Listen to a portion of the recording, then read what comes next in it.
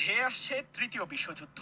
সতর্ক অবস্থানে যুক্তরাষ্ট্রের নতুন প্রেসিডেন্ট ডোনাল্ড ট্রাম্প এমন শঙ্কা জানিয়েছেন ট্রাম্প নিজেই। আর এর পেছনের খলনায়ক হিসেবে মার্কিন সাবেক প্রেসিডেন্ট জো বাইডেনকে দোষারোপ করেছেন যুক্তরাষ্ট্রের ৪৭তম প্রেসিডেন্ট ট্রাম্প। এদিকে বাইডেনের নেতৃত্বাধীন সাবেক মার্কিন প্রশাসন ইউক্রেনের প্রেসিডেন্ট ভলোদিমির জেলেনস্কিকে অঢেল সামরিক সাহায্য করলেও নয়া মার্কিন শাসক চলছেন ভিন্ন পথে। বিশ্ববাসীকে বাঁচাতে ঢাল হয়ে দাঁড়াবেন প্রেসিডেন্ট ট্রাম্প, কিন্তু কিভাবে?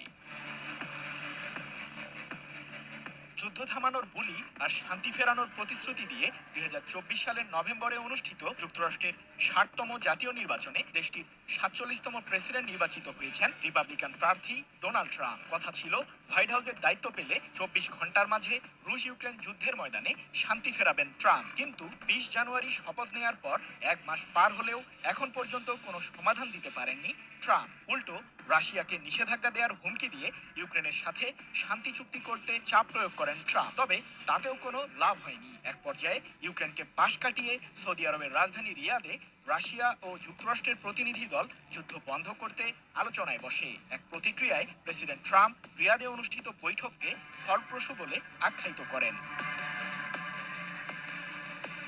১৯ ফেব্রুয়ারি যুক্তরাষ্ট্রের ফ্লোরিডা অঙ্গরাজ্যের মায়ামিতে অনুষ্ঠিত Future Investment Initiative Institute priority সামিটে ভাষণ দেন প্রেসিডেন্ট ডোনাল্ড ট্রাম্প। এ সময় তিনি তৃতীয় বিশ্বযুদ্ধের আশঙ্কা প্রকাশ করে বলেন, মধ্যপ্রাচ্য এবং রাশিয়া ও ইউক্রেনের মধ্যে সংঘাতের ফলে মৃতের সংখ্যা বেড়েই চলেছে। তৃতীয় বিশ্বযুদ্ধ খুব বেশি দূরে নয়, এতে কারো কোনো লাভও হবে না। যদি জো বাইডেন আরেক দফায় প্রেসিডেন্ট নির্বাচিত হতেন তাহলে তৃতীয় বিশ্বযুদ্ধ লেগেই যেত। তবে আমি সেটা হতে দেব না। বিশ্বজুড়ে যুদ্ধের অবসান, সংঘাত নিরসন এবং শান্তি ফেরাতে আমি কাজ করে যাচ্ছি। আমি শান্তি চাই, আর কোনো মৃত্যু দেখতে চাই না। ট্রাম্পের বরাতে ২০ ফেব্রুয়ারি এক প্রতিবেদনে বিষয়টি নিশ্চিত করেছে ভারতের সংবাদ মাধ্যম এনডিটিভি।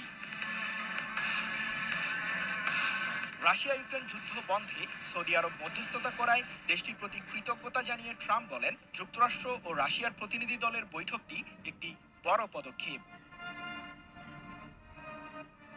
এ সময় মার্কিন নয়া শাসক ইউক্রেনের প্রেসিডেন্ট জেলেনস্কিকে ব্যঙ্গ করে বলেন, তিনি একজন বিনয়ী সফল কৌতুক অভিনেতা। নির্বাচন ছাড়াই তিনি একটি একনায়কতন্ত্র প্রতিষ্ঠা করেছেন।